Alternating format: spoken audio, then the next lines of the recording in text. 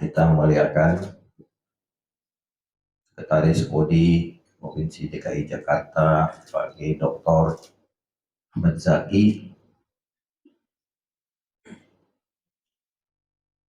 Bapak Haji Abdul Latif, Haji Rakimin, dan para pengurus Kodi yang lainnya yang hadir, para staf, sahabat-sahabati, adik-adik santri, ya, ada yang pesantren ya, adik-adik santri, mahasiswa, dan juga mahasiswa PKN, pendidikan kader mubalik Kodi, yang memang hari ini sengaja dikumpulkan, diaduk, dicampur, ya, agar saling mengenal, dan mudah-mudahan forum ini menjadi forum yang positif ke depan, insya Allah. Para hadirin sekalian, hari ini dakwahnya, dunia dakwah sudah berbeda dengan 20-30 tahun yang lalu. Bahkan 10 tahun yang lalu saja sudah berbeda. Ya. Platform media sosial semakin beragam. Zaman saya ngalamin tahun 80-an di pesantren, televisi aja nggak bebas kayak sekarang. Bahkan masih banyak orang yang belum punya televisi. Tahun 90-an baru mulai televisinya mulai berwarna. 90-an pertengahan sudah mulai ada TV swasta. Dulu cuma ada TVRI. Perkembangan terus begitu sampai alat komunikasi. Saya masih ngalamin, mungkin orang-orang tua lebih kuno lagi. Yang namanya telepon itu pakai diputer, satu nomor diputer, tret. Jadi kalau mencet 11 nomor kayak Anda sekalian mencet nomor HP, itu lamanya sekitar bisa 1 menit. Ya, karena nunggu putarannya balik dulu baru putar lagi. Nah, itu seninya. Kemudian mulailah pencet, tapi masih tombol gitu. Akhirnya kemudian muncullah era pager, ya, pager. Alat kecil segini ditenteng kemana-mana, nanti bunyi, isinya cuman SMS. Dari siapa yang mengirim SMS ke operator. Tolong kirim pesan bunyinya begini, diketik sama operator, dikirim ke kita. Itu tahun 95 sampai tahun 98. Saya ngalamin itu masih punya pager. Keren kalau punya pager waktu itu. Terus era handphone sebetulnya sudah ada, tapi waktu itu sangat mahal. Satu handphone dulu harganya 16 juta. Tapi 16 juta zaman dulu ketika dolar masih 2000.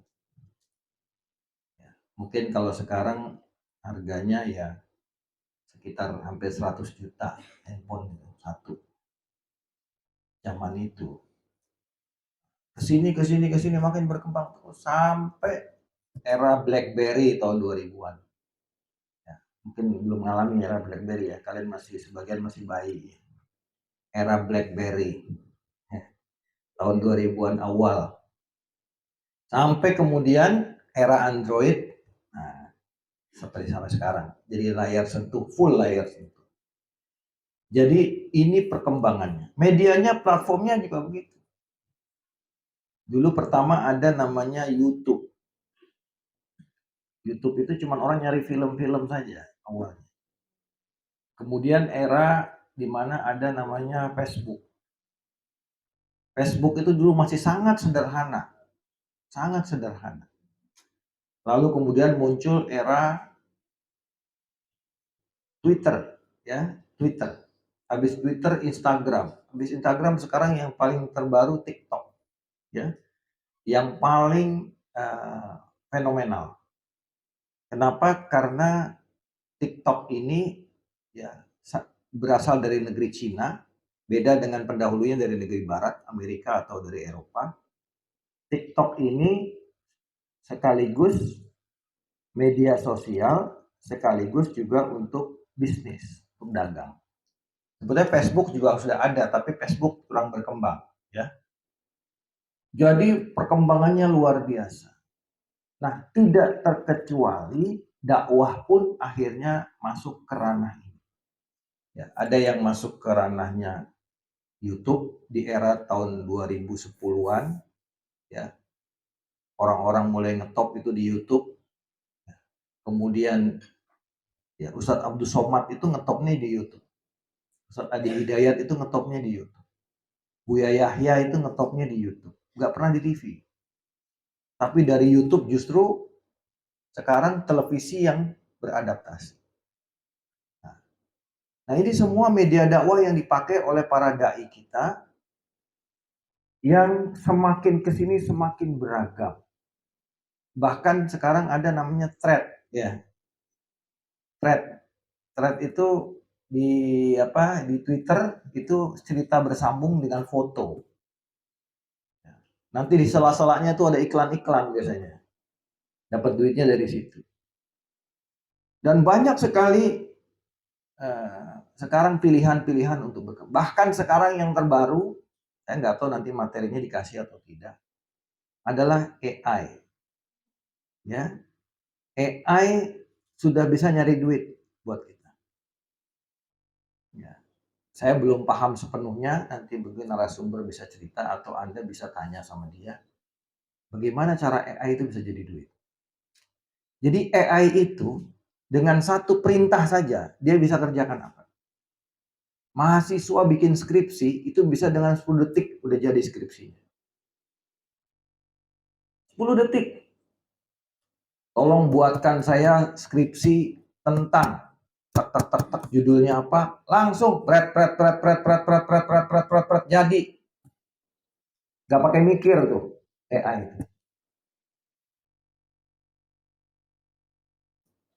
Sekarang foto, ya, buat foto jadi film. Dia bikin tuh, dia cari lagi rangkaian animasinya, satu foto menjadi cerita. Alur ceritanya kita plot, kita kasih tulisan. Nih, satu cerita, tolong buatkan videonya. Jadi video. Bahkan kemarin saya lihat itu satu pemusik itu geleng-geleng kepala. Dia masukin satu lirik lagu ke AI, tolong buatkan lagu. Jadi lagu, penyanyinya bagus, suaranya bagus, musiknya bagus. Padahal cuma masukin lirik doang. Jadi nanti kalau adik-adik perempuan nih punya puisi-puisi yang bagus, masukin tuh. Langsung jadi lagu tuh. Ada lagi apa? Ada lagi tadi bikin skripsi, suruh bikin ini. Sampai segala keperluan kita, dia bisa buat AI. Kata pakar, sekarang kecerdasan AI sudah hampir sekitar 80%. Beberapa tahun lagi, ketika AI kecerdasannya sudah 100%, kalah manusianya. Mana ada manusia yang bisa bikin skripsi dalam 10 detik. Baiklah, kita tutup kegiatan ini. Ya, dari sesi kalau pembukaan, kelebihan. Makanya sekarang dosen banyak yang ketipu. Orangnya agresif, saya juga bikin paper, nggak bikin santai aja, tiba-tiba mau masuk langsung bikin selesai. Nah, sahabat-sahabat sekalian, ini perkembangan dunia begini cepat. Maka dengan AI ini, nanti banyak orang yang nganggur. Konten kreator nganggur. Ya. Nanti desain grafis nganggur. Fotografer nganggur. Animator nganggur. Nanti, maaf, guru, dosen, ustadz, kiai, dokter, nganggur semua. Anda tahu nggak AI itu nanti? Ya, teknologi AI. Kesehatan itu. Ya. Ini sekarang aja nih kayak jam tangan saya ini udah smartwatch kan. Ngitung tekanan darah di sini, gula darah di Terus sini, kalau yang kolesterol di sini. landscape terus. Jadi jangan Ini kalau ke diubah. klinik bayar 300.000. Sekarang mulai ngesut nih, Kita beli sekali sudah dipakai setiap hari. Detak jantung, langkah kita dihitung, step berapa, target kalau ada apa, lari berapa, naik sepeda berapa, ada semua di sini segini. Ini belum AI ini. Belum AI. AI itu nanti Anda sakit ya, tinggal ngomong sama AI, tolong scan badan saya. Dari kepala, wah Anda nih sarafnya beres nih, saya ada saraf bengkok nih uratnya ada yang kesleo nih, ini nih, kolesterolnya kebanyakan nih. Jadi nggak perlu ke dokter, nggak perlu perawat, nggak perlu ngantri rumah sakit, di scan. Terus obatnya langsung, obatnya ini, sebaiknya Anda ini, jaga makan pantangannya ini. Nggak bayar spesialis. Sekarang ke dokter spesialis 400.000. Siap-siap nganggur. Dokter, perawat, kecuali dokter yang sangat ahli yang kemampuannya langka. Anugerahkanlah Ustadz juga gitu, ilmu yang bermanfaat. Ya kan? Ini santri kan banyak ya. Ilmu yang dapat coba memberikan kebaikan, bikin bahan ceramah, pakai AI aja. Tolong buatkan ceramah materi tentang syukur. Langsung tret. Udah tinggal datang di podium, tinggal baca. Barangnya ada di handphone. Ya. Kira-kira dalam kondisi semacam ini, apa yang bisa kita lakukan? Ini AI ini, kalau tidak di stop, ingat loh, sahabat-sahabat, robot itu pakai AI. Dulu pernah ada film, robot bisa memberontak dan kemudian membuat perlawanan kepada manusia. Konon kemarin sempat terjadi, ya, robot bergerak sendiri dan bisa melakukan sesuatu di luar perintah. Kenapa? Karena punya AI. Jadi AI ini kayak rohnya si robot. Nanti begitu robotnya sudah dibikin lentur kayak badannya kayak manusia. Sekarang di Jepang robotnya udah kayak manusia beneran. Kayak kulit gitu ya, cakep gitu. Gak bisa dibedain video sama utama manusia. Itu bisa ditambah Terus, lagi. Ya, apa namanya? misalnya kayak tadi nih. Kolbunya itu, misalnya rohnya nih, itu AI. video Dia utama mikir sendiri. adalah suara narasumber. Dia mikir sendiri. Dia video masuk ke ruangan nih, dia ngapain? Dia lebih tahu dari kita mau ngapain. Si robot suruh pidato, ngomong apa aja bisa. Ngomong kaya dengan data, kaya dengan informasi. AI, ya kan? Kayak ChatGPT. Santri kalau ngomong masih mikir apa ya ayatnya. Wah, nggak pernah mikir kalau ayat berapa, surat apa ya, hadisnya riwayat. Nggak pakai. AI itu nggak pakai mikir. Bayangin. Kira-kira kalah saing nggak Ustadz sama robot nanti? Ya, kalau ini tidak direm, bisa berbahaya. Sekarang pakar-pakar yang pembuat AI sendiri sudah warning.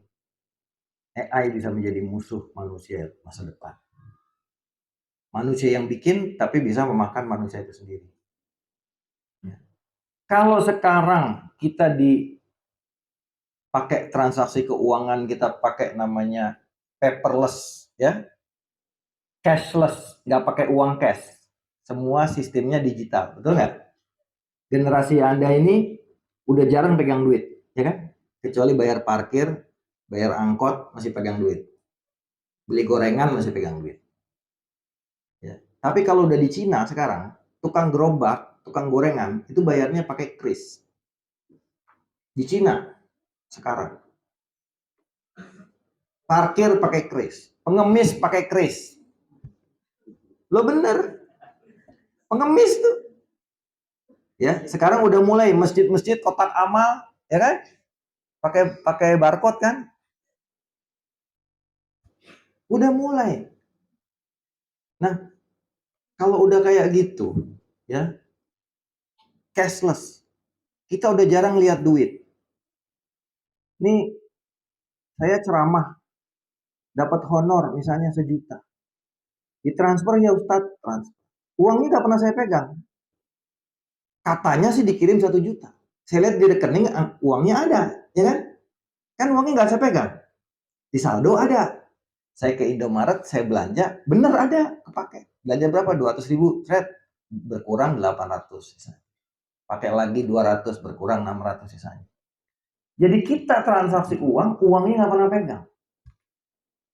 Hari ini cashless, ya. Sekarang semua udah nggak pakai paper, nggak pakai kertas, ya kan? Kirim dokumen, semua, ya kan? Sekarang saya kalau acara-acara gini dibawain makalah itu saya nggak bawa. Ngapain?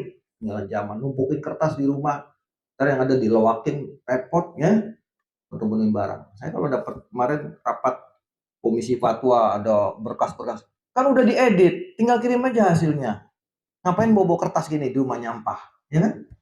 Jadi sudah paperless. Sekarang paperless.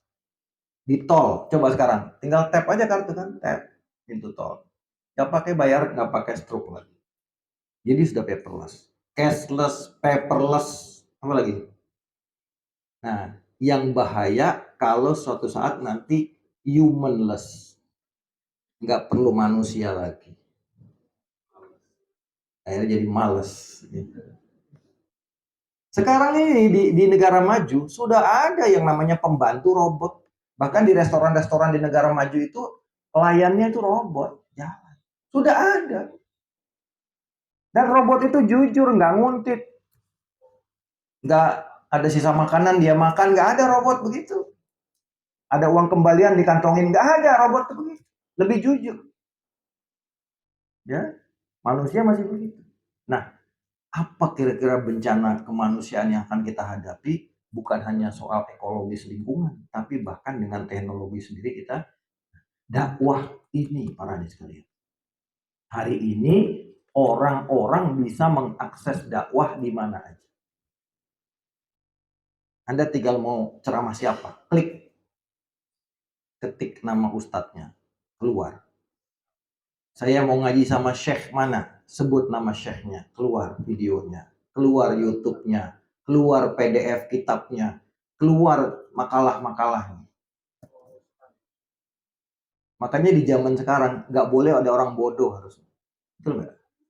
Nggak boleh ada orang bodoh. Zaman dulu Imam Bukhari mau dapat satu hadis itu berjalan bisa ratusan kilometer, 1000 km, 2000 kilometer. Dapat satu riwayat hadis. Beliau kumpulkan jadi sekian ribu hadis, bayangkan. Berapa lama waktu yang dihabiskan seumur-umur. Sekarang mau cari hadis di gadget tinggal pencet. Kata kuncinya apa? Keluar hadisnya. Tret, ini riwayat ini riwayat ini, riwayat ini. Klik syarahnya, langsung keluar syarahnya. Klik perawinya, langsung keluar perawinya. Dalam 1 menit kita jadi orang ahli hadis. Ya saya kalau ceramah kan gitu bahannya. Ya Ustaz Rois ya. Ya Ustaz Rois ngerti dia. Mau ceramah nggak repot, asal handphone saya nggak ketinggalan aja. Ya, mau ngomong apa coba? Kata orang, wih Pak Kiai alim ya. Nggak alim sebetulnya. Cuman tahu caranya, ya kan? Nah, para hadirin sekalian, orang sekarang bisa mengakses dakwah dimanapun, kapanpun, dakwah model apapun. Kita bicara bukan hanya yang positif saja. Kita bicara juga yang negatif. Dakwah yang tawasud, yang wasati, yang moderat banyak. Dakwah yang radikal, yang keras, intoleran juga banyak. Siapa yang bisa mengontrol orang harus ambil dakwah yang moderat saja? Nggak bisa. Semua ada. Nah, maka ya kita punya kepedulian di sini. Khususnya para santri di pesantren. Ya. Pesantren mana aja nih yang ada nih? Boleh kenal saya nggak? Yang pesantren mana? Yang pesantren di tangan. Pesantren mana? Darul Ukhuwah Kiai itu ya? Kiai Marsudi ya? Oke. Apa lagi? Yaping, Bekasi. Oke, Dawab. Oke. Oh itu santri saya nggak usah angkat tangan. Ya. Gunung Putri apa? Itu. Oke, Ahmad. Ya, ya. Siapa lagi? Lagi. Ini pakai jilbab dari mana nih? Kebanyakan. Dari mana? Dari lembaga dakwah atau dari lembaga dakwah mana? Sidai. Yang bukan Sidai yang mana? Ini Sidai semua. Kayaknya muka-mukanya belum pernah lihat saya ini. Hah? Ya, kita kumpulkan di sini supaya sahabat-sahabat bisa berdakwah lebih luas lagi. Jadi yang namanya podium gini nih sekarang, ya boleh ada, boleh enggak. Ya, podium kalau di masjid masih diperlukan kalau orang ketemu offline. Tapi begitu online nggak perlu podium lagi. Bahkan ustadznya sekarang macam-macam. Ada yang pakai kupluk, ada yang pakai pet dibalik, ya kan? Ada yang pakai baju biker, ya kan? Tatoan, macam-macam dakwah itu. Maka kemampuan antum di dalam agama kalau tidak tersampaikan kepada seluas-luasnya halayak akan sangat disayangkan. Sayang sekali, ya. Sementara dunia media ini banyak diisi oleh dai-dai yang mohon maaf kadang-kadang kualitasnya belum memenuhi syarat sebetulnya. Tapi karena kepandaian mereka mengelola media, kepandaian mereka mencari follower, kepandaian mereka membranding diri mereka sendiri, maka mereka bisa muncul ke permukaan. Ya, kalau ustadz-ustadz yang kaliber nggak usah ditanya, itu memang sudah layak beliau di situ. Tapi kita memprihatinkan. Maka saya berharap, kami berharap, ya, para santri, para aktivis lembaga dakwah, silahkan lakukan banyak hal di dalam dunia media sosial ini, khususnya tadi itu ada lembaga-lembaga dakwah atau pesantren-pesantren, masjid-masjid, komunikasikan kepada umat. Ya, di sini kita belajar dengan para ahli bagaimana cara membuat konten yang baik, konten yang bisa mempengaruhi kepada publik dan mendapatkan sambutan baik di masyarakat. Jadi di dalam hal ini nanti kalau antum belum dapat, minta sama narasumber. Satu, bagaimana membuat konten yang baik. Ya. Yang kedua, bagaimana mengelola konten itu yang disebut dengan branding tadi. Dan yang ketiga, bagaimana menyebarkan sehingga ini bisa viral. Ini ilmu yang harus kita gali dari narasumber kita hari ini. Kebetulan narasumber kita insya Allah adalah orang-orang yang sangat kompeten di bidangnya. Maka sayang kalau tidak dimanfaatkan. Kami Kodi berharap banyak bahwa dunia dakwah semakin baik, semakin maju, semakin berkembang, sehingga kita bisa lebih maksimal di dalam dakwah ini. Para hadirin sekalian, saya bersyukur di dalam perkembangan terakhir ini, dunia dakwah semakin positif. Bahkan ya, kalau saya boleh sedikit tambahkan, dialog teologis Islam Kristen hari ini mainstreamnya adalah dominan Islam.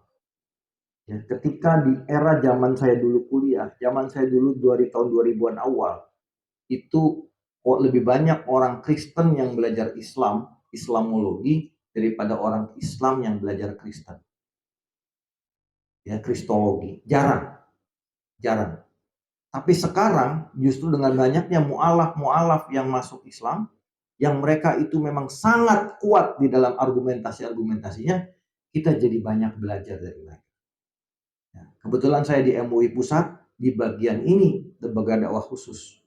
Insya Allah besok tanggal 3 Juni kita mau bikin FGD, tanggal 5 dan 6 Juni kita bikin pembinaan para mu'alaf.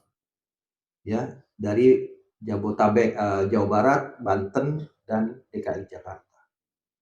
Jadi kita bersyukur dunia dakwah sekarang. Mereka kerepotan, ya. Kalangan Nasrani sekarang kerepotan dengan perkembangan dakwah di dalam dialog Islam Kristen ini. Ini kita syukuri. Nah, yang belum barangkali bagaimana kalangan pesantren bisa mengemas lebih bagus lagi media dakwahnya supaya lebih up to date dan lebih diterima oleh khalayak, ya. Jadi jangan lagi nanti pesantren ya bukan nggak boleh, tapi segmen pesertanya itu lebih beragam. Bukan cuma baca kitab, kemudian gaya-gaya pesantren di kampung seperti itu kurang mengena kepada masyarakat di kota Jakarta, kota-kota besar seperti Jakarta ini. Baik para sekalian, terima kasih, selamat mengikuti pelatihan. Saya mohon maaf tadi kalau kepanjangan, bersemangat saya kalau melihat anak muda itu ya. Saya berharap banyak, mudah-mudahan ilmu yang didapatkan di dalam pelatihan ini menjadi kebaikan ya. Kodi bersyukur bisa ikut membantu terselenggaranya kegiatan ini dengan bantuan dari Pemprov DKI Jakarta, dan kami berharap jaringan ini tidak berhenti di dalam pelatihan ini. Mohon nanti dari pihak Kodi penyelenggara membuat grup ya bersama para narasumber, belajar terus sampai pinter ya. Karena narasumber kita kan saya kira berkenan dibikinin grup WA bareng-bareng ya, atau grup media sosial apa, Telegram atau apa, yang sisa saling belajar, saling memberi contoh, saling memberi ilmu. Bahkan bisa nanti bikin janjian lagi, pertemuan lagi di luar kegiatan Kodi ini. Yuk kita kopi darat, kita bikin pelatihan ini. Tempatnya di mana? Mau pakai di Kodi silahkan. Di lantai 6 Gedung Geraha Mental Spiritual, kita punya ruangan kelas, kapasitas cukup besar, silahkan dipakai gratis, tinggal datang ya, janjian sama narasumbernya ya, patungan buat ngasih transport narasumbernya ya, insya Allah ya ilmunya makin nambah gitu ya. Maka demikian, terima kasih, kurang lebihnya mohon maaf. Dengan mengucapkan bismillahirrahmanirrahim, pelatihan ini kami nyatakan dibuka. Dari kami cukup sekian, kurang lebihnya mohon maaf. Assalamualaikum warahmatullahi wabarakatuh. Assalamualaikum warahmatullahi wabarakatuh.